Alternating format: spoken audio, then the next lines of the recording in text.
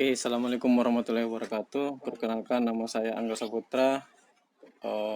Di video ini saya akan melanjutkan project yang kedua, yaitu RMI.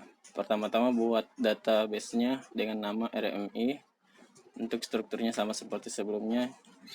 Jadi ada ID, nama, alamat, dan status.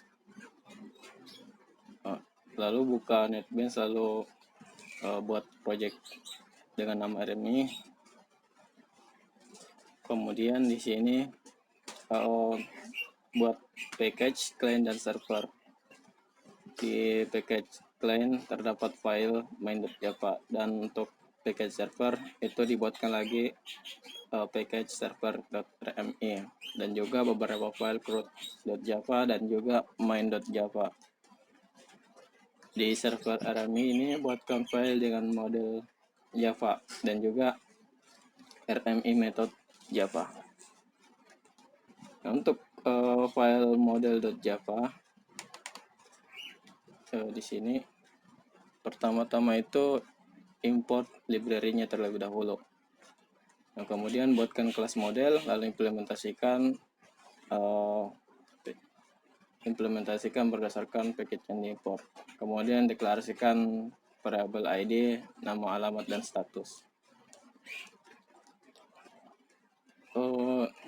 Kemudian buat fungsi model, di dalamnya terdapat parameter dari variabel sebelumnya dibuat.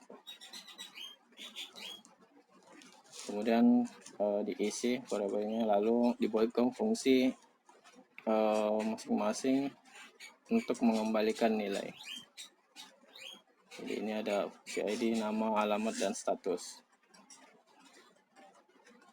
Kemudian di RMI method, di sini import library untuk remote, lalu buat kelas RMI remote yang di dalamnya terdapat fungsi untuk mengambil data dan juga menambahkan data. Kemudian di bagian server RMI untuk file root.java itu pertama-tama import library RMI dan SQL. Lalu buat fungsi koneksi, di sini kasih masuk database, di setting sesuai dengan konfigurasi sebelumnya. Lalu terdapat try catch yang di dalamnya ada kondisi untuk mengetahui koneksinya apakah berhasil atau gagal. Lalu di sini dibuatkan fungsi untuk mengambil data. Jadi di sini ada perintah SQL untuk menampilkan data dari tabel biodata. Lalu fungsi insert data itu untuk menambahkan data yang berisi query SQL. Jika berhasil, maka value-nya berhasil. Jika gagal, value-nya gagal. Lalu pada main Java yang terdapat pada server itu import library-nya, lalu buat kelas main yang dimana berfungsi untuk menjalankan servernya. Lalu untuk main Java yang terdapat pada client itu import library-nya terlebih dahulu,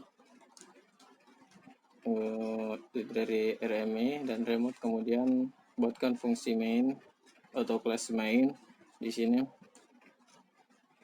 yang dimana terdapat try catch untuk menambahkan data. Kemudian datanya akan dilakukan perulangan untuk ditampilkan.